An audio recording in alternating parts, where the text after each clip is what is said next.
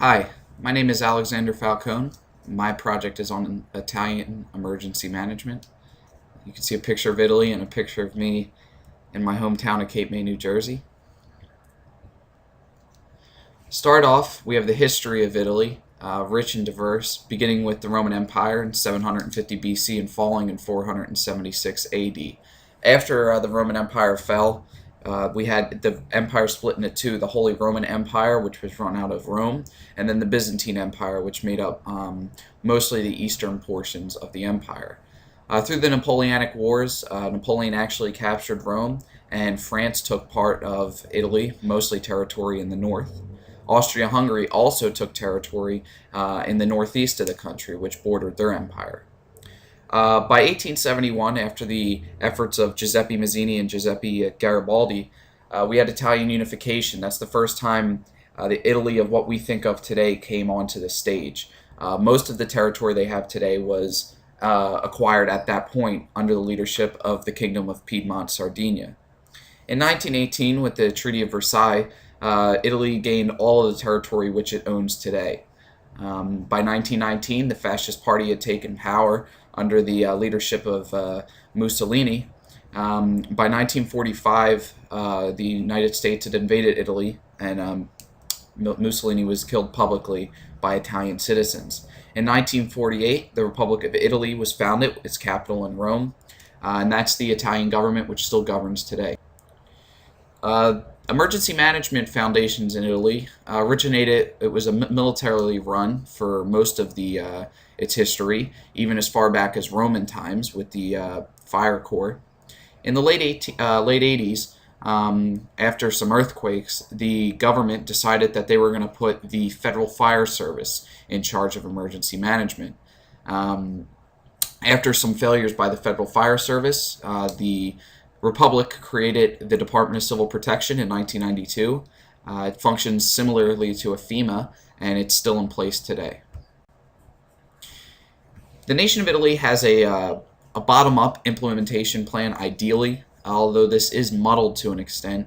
The nation of Italy, as you can see on the map, is divided into 20 distinct regions. Each of these regions have a prefect, which acts similar to a governor in the United States. Under their control are 8,104 municipalities. Now, many of these municipalities have their own emergency management organizations, cities such as Naples, Florence, Rome, really the big areas.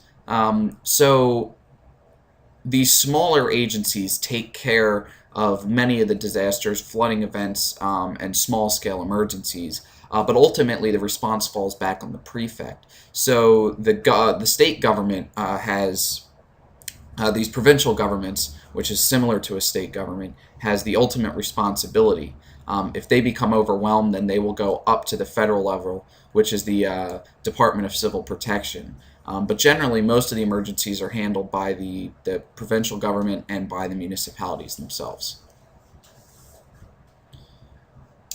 When we look at hazards, flooding, earthquakes, and volcanic eruptions are the biggest hazards here. The picture on the bottom of the slide is a couple of guys sitting in Venice. As you can see, they're in about 3 feet of water. Venice floods daily with the high tide. Also with heavy rainstorms, the city floods. And this is a problem really across all of Italy. It's very mountainous. You have a lot of low-lying valleys, which is where most of the civilizations are, and cities. So when you have heavy rainstorms, you can have landslides as cascading events, and the floodwaters do tend to congregate in areas where people are. The map on the right are the major active volcanoes in Italy. Perhaps of most note is the volcano in the island of Stromboli, which is in the southern part, at the tip of the boot, if you will. And Italy is actually sits on the most seismically active section of the Mediterranean Sea, and it puts it at the most risk out of any other country in Europe. Participants in recovery. The Vernobili Archiacone Fraternity of the Misericordia, I'm sure I mispronounced that wrong, is an organization in Florence. It has 761-year-old tradition of providing assistance. It's completely volunteer-based. They do have 12 full-time employees. But within 10 minutes of a disaster, this organization can have 1,000 volunteers, and within 2 hours of the disaster, they can summon 5,000 volunteers. So volunteer participation in emergency management in Italy is important. Additionally, you have faith-based groups, the National Department of Civil Protection, the Italian Coast Guard, and then also those municipal level civil protection agencies. Potential obstacles can include the culture of Italy. You see the 20 distinct regions of the Republic of Italy here to the right. Many of these, even though Italy is a small country, it has many distinct cultures within it.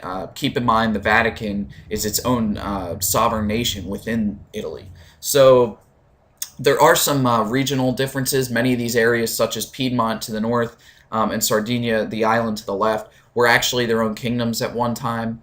Same thing with Tuscany. So that's an issue. Also, terrain.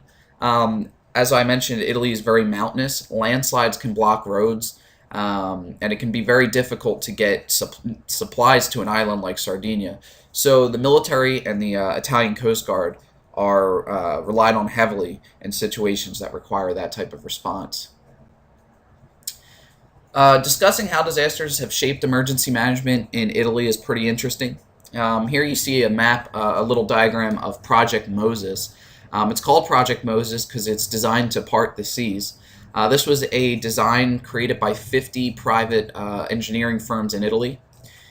And it's designed to stop the tidal and seasonal flooding of the city of Venice. So at this entrance to the Venice Lagoon, you can see the map on the bottom right, they raised these floodgates, which are roughly about 100 feet in width. So they lay on the sea floor, they pump them full of compressed air, and they float and actually will stop the tidal water, so they can keep Venice from flooding. And because these gates are lowered daily, they don't impact the ecosystem at all. So they're environmentally friendly, and it allows man and nature to coexist. Additionally, some volcanic eruptions, particularly on the island of Stromboli. No, this volcano did not erupt with cheese and pepperoni, but with magma. As you can see, there is civilization and a city right at the foot of the mountain. This is actually one of the biggest tourist volcanoes in the world. In 2007, it erupted during wintertime. Luckily, there were no casualties and minimal damage. But it does show that if there were people touring the volcano at the time of its eruption, could have turned out quite differently.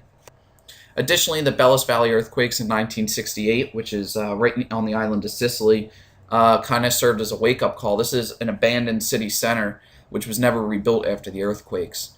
And after this, the department of the government decided that they needed to create the Department of Civil Protection. Thank you for listening.